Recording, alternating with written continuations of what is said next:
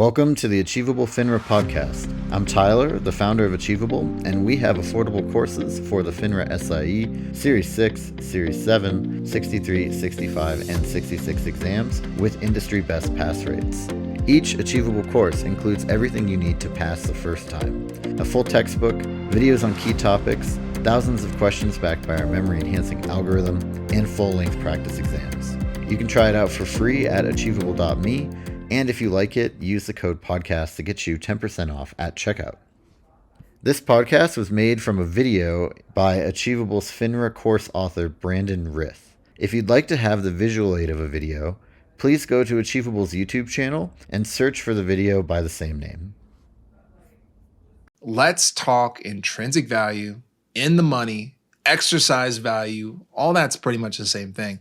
And we will specifically focus on how those terms relate to calls in this video. First, let's start as easy as we can. Intrinsic value represents the value received by the holder, the long side of the option contract, when they exercise their option. And what we're doing is comparing the right of the option to what the market provides. If that doesn't make sense, let's use some numbers to better describe what we're talking about. A 70 call has $5 of intrinsic value when the market price is at 75. Now, a 70 call contract is the right to buy stock at 70.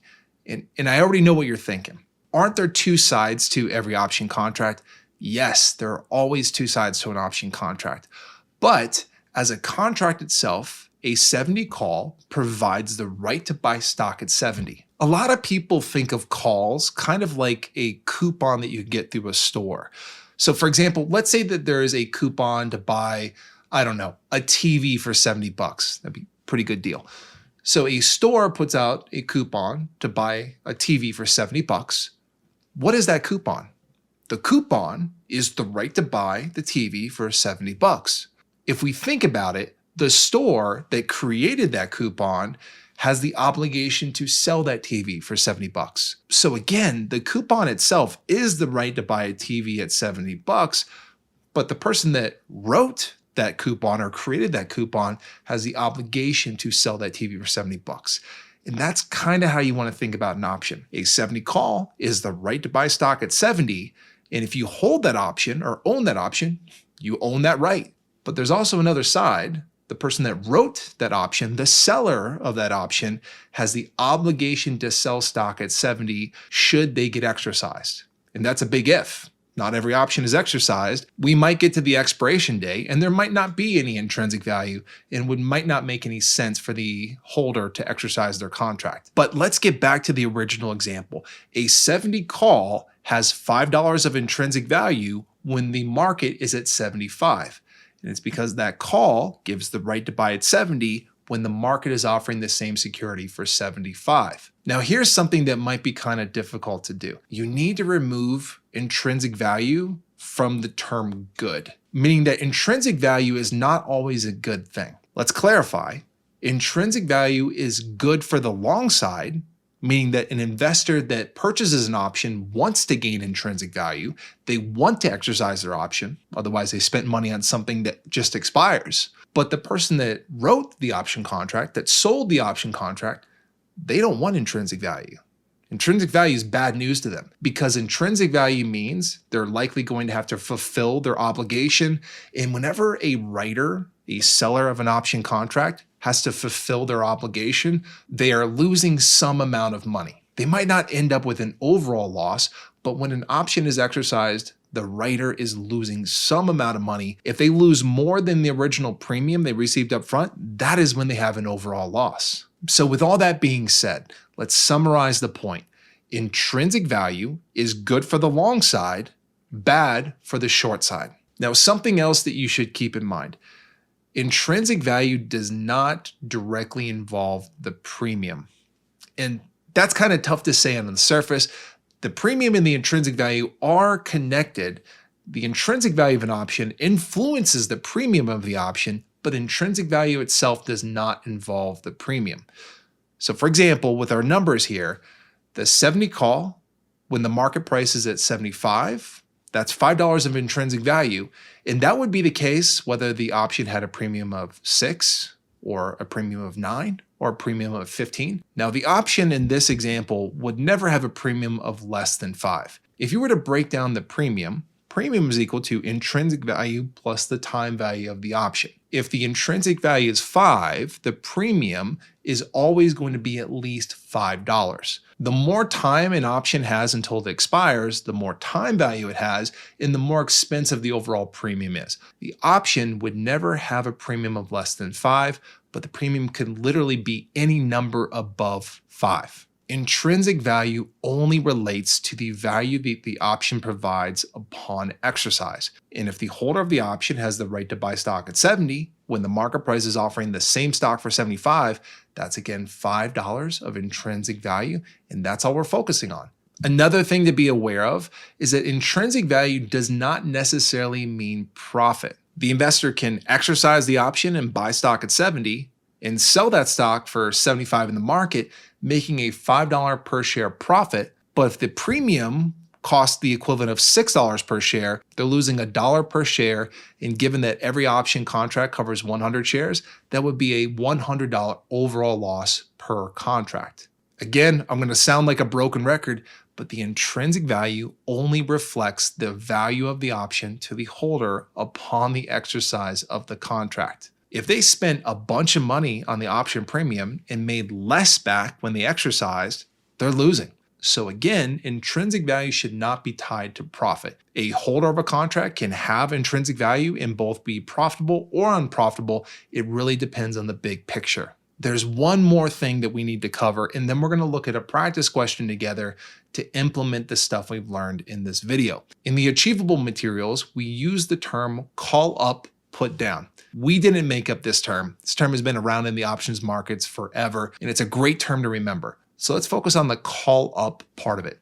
Calls gain intrinsic value when the market price goes up above the strike price. Call up. And that's the case with our example. If we have a 70 call when the market price is 75, that is 5 points above the strike price, call up, the option has intrinsic value. Now, if the market price was anywhere below 70, we would say that it has no intrinsic value. Let's say the market price was at 68. It would have no intrinsic value. And in particular, we would say that the option is out of the money by $2.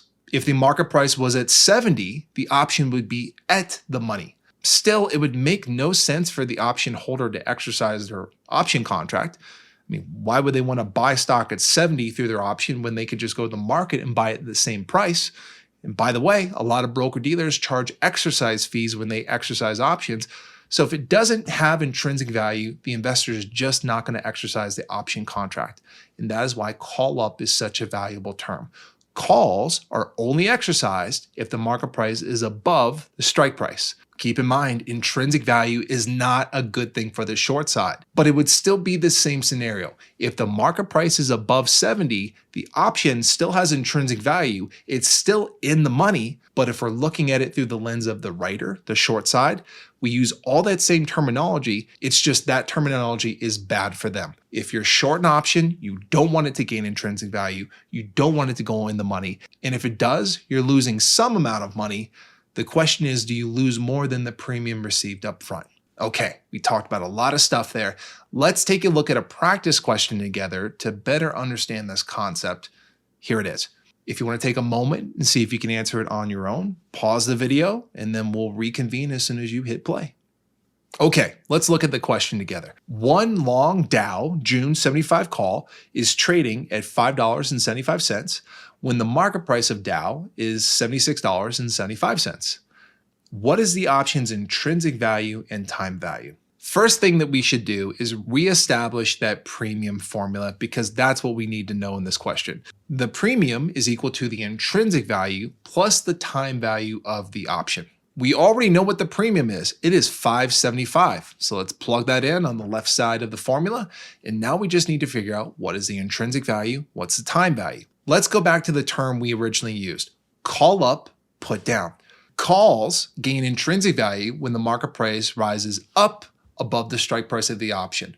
And that is what we're dealing with here. The strike price is 75. The market price is 76.75. The option is in the money by $1.75. In the money and intrinsic value are the same thing, so we'll go ahead and plug that in. Our intrinsic value is $1.75. From there, we can just do some simple algebra to figure out what the time value is. And the only number that we could plug in that would give us a total premium of $5.75 would be a $4 time value. Now, we didn't talk much about time value, but time value represents the value of the option that is just associated with time. This option gives the holder the right to buy stock at 75 when the market price is 76.75. So if an investor bought this option, they immediately gain $1.75 of value over the market on a per share basis. They can buy 100 shares of stock at 75 and sell those 100 shares immediately in the market at 76.75, making a profit of $1.75 per share. When we bring it back to the premium, what we're really doing is we're asking ourselves, what is the investor paying for when they buy the option? Yeah, the option gives them immediate value, intrinsic value, or an in-the-money amount of $1.75. So anything above that is considered time value. The investor is essentially paying for time in hopes that the market price continues to rise above 75. The higher it rises, the more profit they make.